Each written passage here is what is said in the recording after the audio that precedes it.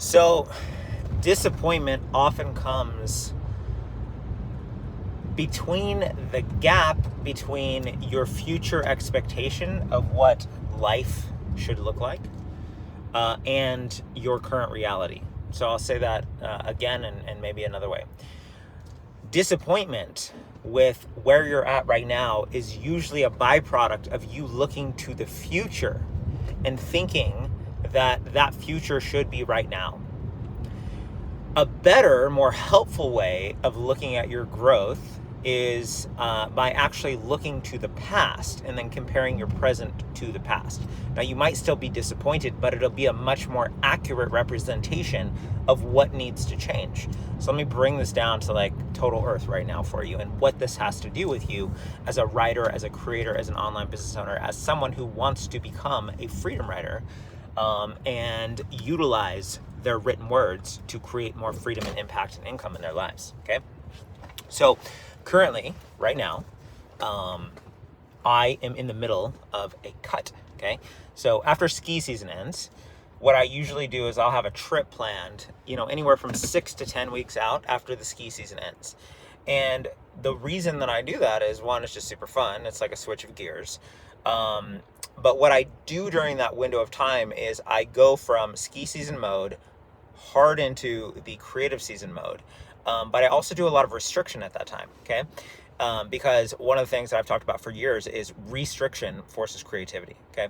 So in the context of this, though, for this concept that I want to illustrate to you. So right now, I am in a cut, okay? And so I've been cutting for about 2 weeks, like physically. So I have been eating way less calories. I've been doing like 2-a-day workouts, lifting, and then going for an hour run. I'm doing really long fasts, so anywhere from 18 to 20 hour fasts every day. And so there's a lot of restriction going on. And in the last couple days, kind of like the weight scale has stayed the same. And so I've noticed myself being annoyed and frustrated a little bit. And in this moment, I caught myself, and I go, oh, this is what I'm doing, right? What I'm doing is I'm comparing the future expectation of where I should be versus looking towards the past. And so one of the things I do is I take progress photos, right? And so for the last couple 2 weeks, I guess, I've had weekly progress photos. And so I took the progress photos today and I looked over the last 2 weeks of the other 2 progress photos that I had taken.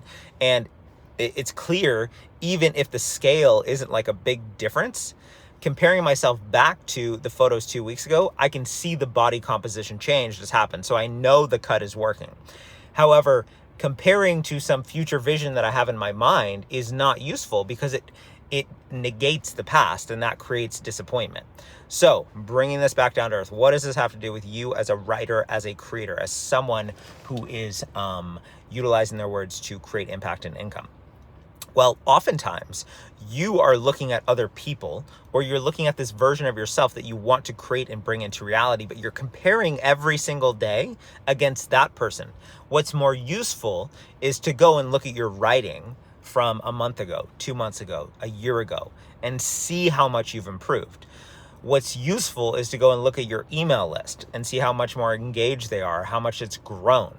If you're not yet making sales, well, then it's to look at the writing quality. Or if you are making sales, then look at the growth that has occurred. Are you making more than you were 3 months ago, 6 months ago?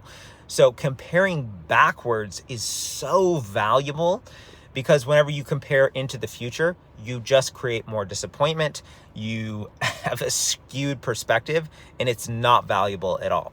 So don't compare yourself to other people, and also most importantly, don't compare yourself to the future vision that you have of yourself. Compare yourself to your past, and that way you get a more accurate representation. So you can tweak things, do things differently if that's the case, because now you're actually comparing it to something that was tangible in the past. All right. I hope that's helpful for you. I'll see you in the next video.